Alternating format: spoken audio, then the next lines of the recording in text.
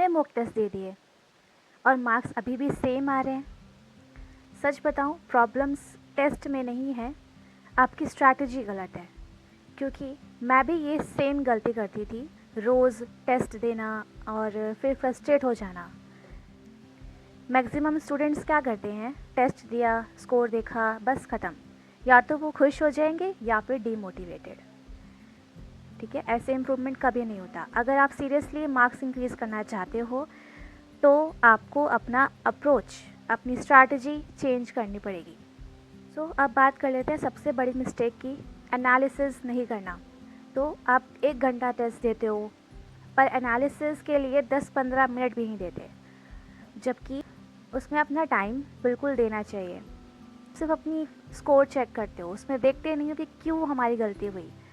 आप उसका रिव्यू नहीं करते हो, आप रॉन्ग क्वेश्चंस को स्किप कर देते हो और वही सेम मिस्टेक आप बार बार करते रहते हो। पैटर्न को ट्रैक नहीं कर पा रहे हो, वीक टॉपिक्स आपके वीक ही रह जाते हैं विदाउट ट्रैकिंग। जब तक आप एनालिसिस नहीं करोगे तो आपका कोई ग्रोथ नहीं होगा। ये क्यों गलत हुआ, कॉन्सेप्ट नहीं आता था या सिली मिस्टेक थी। सबसे इम्पॉर्टेंट चीज़ है, आपके पास अपनी खुद की एक एरर कॉपी होनी चाहिए। एरर कॉपी जिसमें आप लिखो, अपनी एरर्स को लिखो कि आपने कहाँ मिस्टेक करी है। आप अपने वीक पॉइंट्स को वहाँ पर लिखो, ठीक है, जिससे कि आपको ये याद रहे कि आपने क्या मिस्टेक की थी। अपनी एरर्स को कैटेगराइज करो, आइडेंटिफाई करो कि आपने क्यों मिस्टेक करी, रिकॉर्ड, फिक्स और फिर प्लान करो कि कैसे आप इसको सॉल्व कर सकते हो और क्या इसका सॉल्यूशन होगा। क्यों गलत हुआ उसका रीज़न ढूंढो, ठीक है, और फिर उसको लिखो।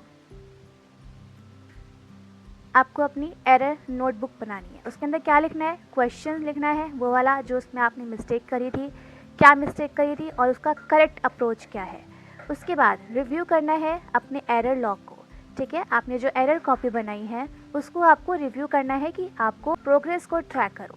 रिपीटेड मिस्टेक्स आपको नहीं करनी है, ठीक है। अपनी रिपीटेड मिस्टेक्स को देखो कि कौन कौन सी मिस्टेक्स है आपकी।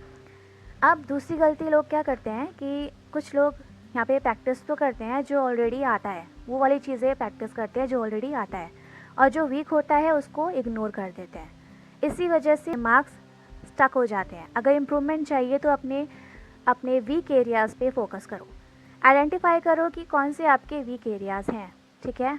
अपने वीक एरियाज़, वीक टॉपिक्स पर स्कोर लाने की ट्राई करो, ओके, और उनको पहले रीड करो, उनको पहले पढ़ो जो आपके वीक हैं। अगर आपकी जीएस वीक है तो आप इसको इग्नोर नहीं करोगे, आप इसको पढ़ोगे, ठीक है। जीएस इंग्लिश वीक है तो डेली आप उसको टाइम दो। अगर आपकी जीएस वीक है तो आप डेली रिवीजन करो, डेली रिवीजन करो। जीएस वीक है तो जो गलती हुई है, ठीक है, जो आप स्टक हो जाते हो जिस चीज़ पर, उसको स्किप करो। एग्ज़ाम ईगो का गेम नहीं होता, तो आप एक क्वेश्चन को स्किप कर सकते हो अगर वो आपको टफ लग रहा है तो। Next is time management. तीसरी मिस्टेक होती है कि पेपर में फंस जाना। एक टफ क्वेश्चन पकड़ लिया, फिर 3-4 मिनट उसी क्वेश्चन में लगा दिया आपने, 3 to 4 मिनट्स उसी क्वेश्चन पे लगा दिए, ठीक है। आपको ये रूल याद करना है कि जो पहले इजी है उसको क्वेश्चन को सॉल्व करो, इजी करो पहले। उसके बाद मीडियम जो कैलकुलेटिव टाइम है उसको आपको टाइम ज़्यादा नहीं देना है, मीडियम टाइम देना है। फिर मॉडरेट करो, फिर टफ़ जो आपको लगता है जिसमें टाइम टेकिंग है, बहुत ज़्यादा टॉपिक जिसमें टाइम बहुत ज़्यादा लग रहा है, तो उसको लास्ट में करो, ठीक है। अभी के लिए आप ट्राई करो कि जो भी आपका एक क्वेश्चन है 1 मिनट के अंदर आप करने का ट्राई करो। आप 1 मिनट से ज़्यादा किसी को टाइम दो ही मत, ठीक है। अगर आप स्टक हो गए हो एक क्वेश्चन के अंदर तो उसको स्किप कर दो।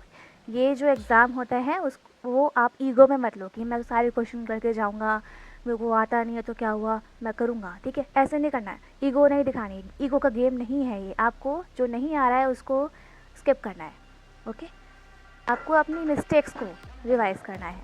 जो गलती आज हुई है वो कल रिपीट नहीं होनी चाहिए, पर होता क्या है, आप रिवाइज़ ही नहीं करते हो। इसका क्या सोल्यूशन है, हर 2-3 दिन में अपनी एरर कॉपी रिवाइज़ करो। डे 1 में आप मॉक टेस्ट दो, उसको एनालाइज करो, उसको फिर डे 2nd या 3rd में आप उसके एरर्स को नोट डाउन करो, उसका सही अप्रोच लिखो, revise your error notebook. Then आपको यहाँ पे वीक क्वेश्चंस को रीटेस्ट करना है। रीटेस्ट करना है, मतलब दोबारा से उसी ट्वीक टॉपिक पर आपको वर्क करना है और अपनी कंफर्म मिस्टेक्स, जो मिस्टेक्स हैं उनको नोट डाउन करना है कि आखिर गलती हो क्या रही है। ठीक है, इम्पॉर्टेंट रूल्स एंड फार्मूलाज की लिस्ट बना लो। बिलीव मी, ये छोटी सी हैबिट आपके मार्क्स ड्रास्टिकली इम्प्रूव करेगी।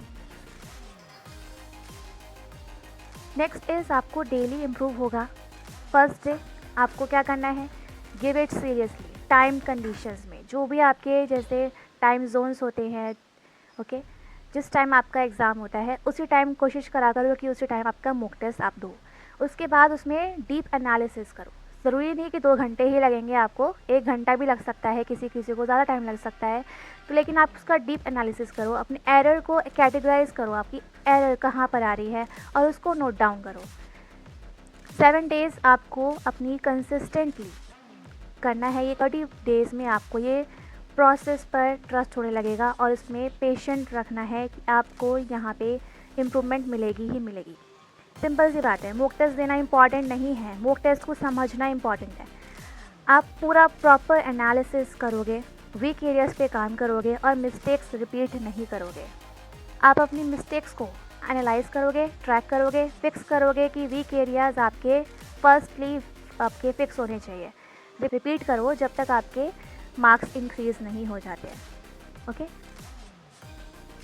आप नंबर ऑफ मॉक टेस्ट मत देखो, आपने कितने मॉक टेस्ट दे दिए, 100 दे दिए, 50 दे दिए, कोई फ़ायदा नहीं है ऐसे मॉक टेस्ट देने का, क्योंकि आप एनालाइज ही नहीं कर रहे हो। आप 10 मॉक टेस्ट दो और उसको अच्छे से एनालाइज करो। उसका इम्प्रूवमेंट 10 मॉक टेस्ट से भी आ सकता है, लेकिन आप इसको पूरा प्रॉपरली एनालाइज करो। ठीक है, अगर आपको ऐसे ही प्रैक्टिकल वीडियोस चाहिए तो इस चैनल को सब्सक्राइब करो और कमेंट में बताओ कि आपका करंट मॉक स्कोर कितना चल रहा है। Thanks for watching, bye bye.